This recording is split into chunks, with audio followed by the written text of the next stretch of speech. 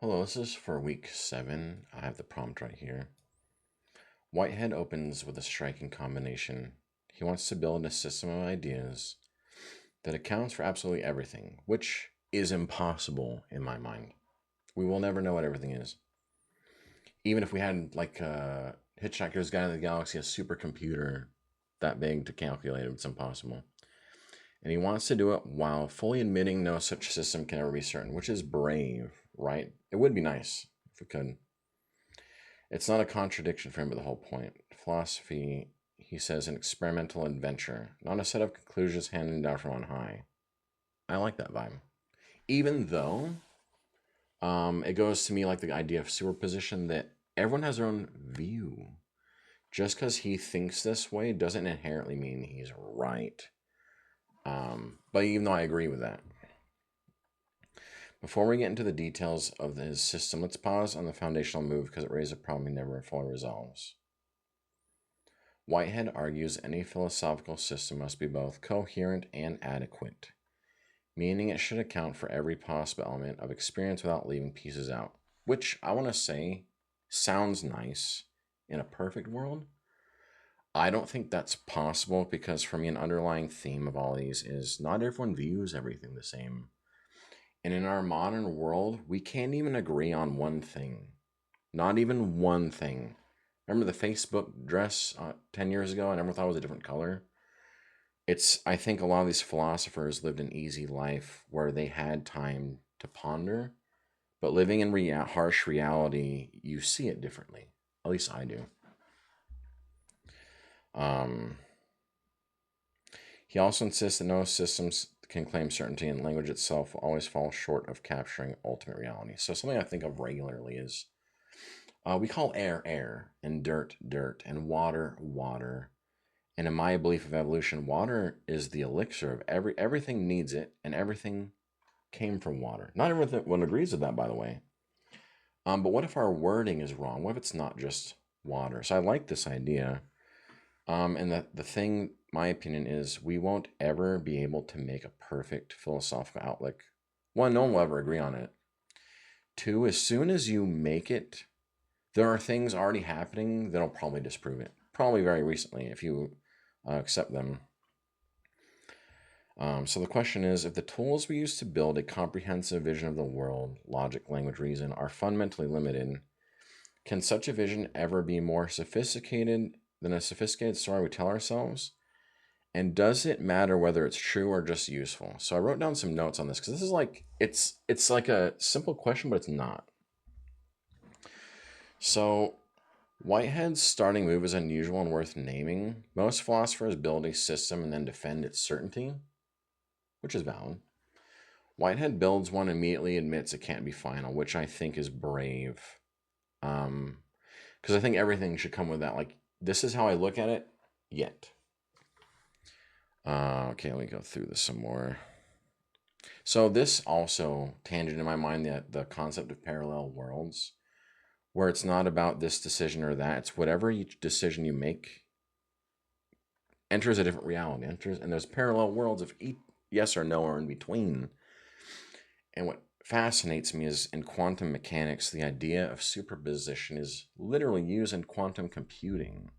So there can be yes, no at the same time, which to me disproves everything that exists.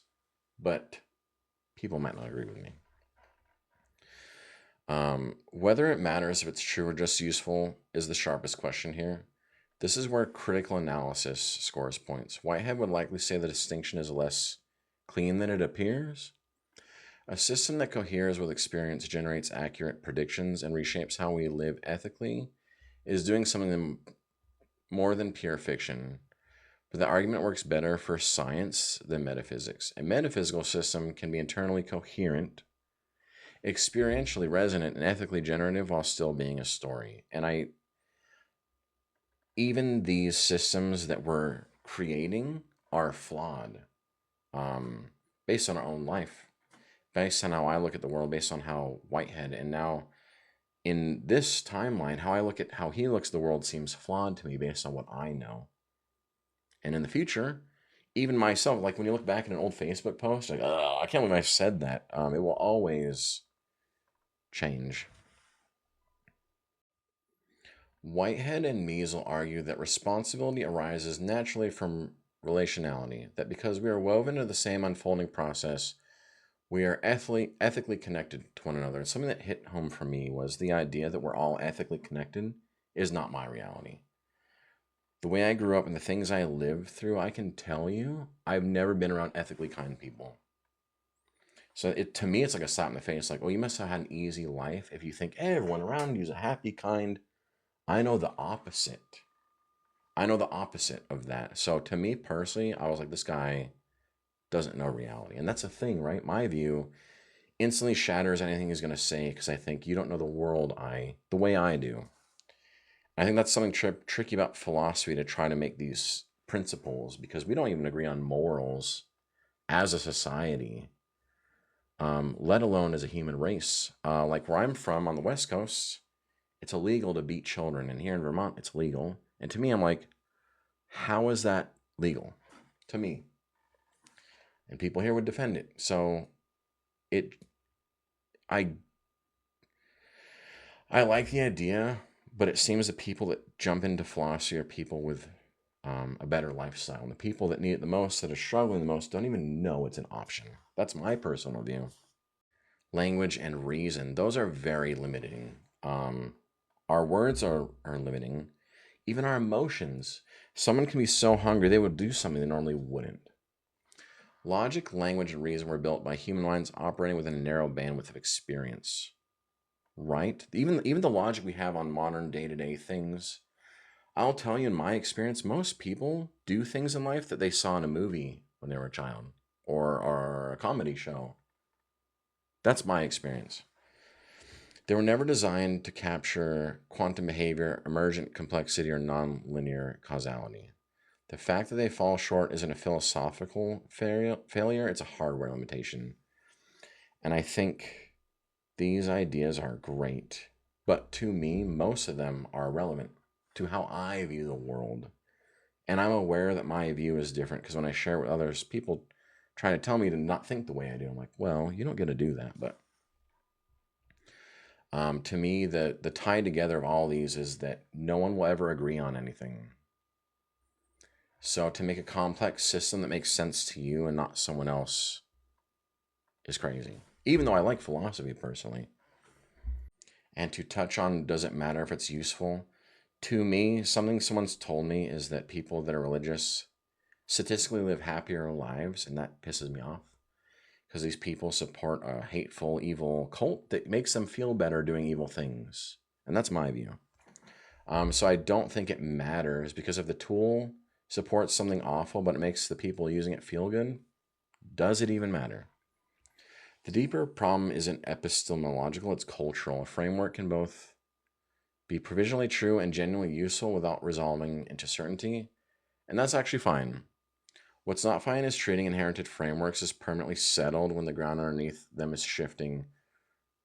Religious traditions, classical logic, even the structure of academic philosophy itself were built around assumptions of what reality is and how minds access it.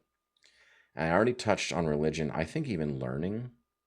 I've taught myself in the past, and I don't think people learn well when obedience is a factor. When the teacher wants everyone to do it their way, no one's going to learn. They're just going to do what you want. So even the way we teach, the way we instruct people, the way we look at the world is flawed to me. Because the things in our modern world that rule everything, to me, are completely evil. And yet, if I say that, someone's going to say I'm evil. We can't agree on anything. That's my ultimate thing to all these. It would be nice in a perfect world, but no one has ever agreed on anything, ever.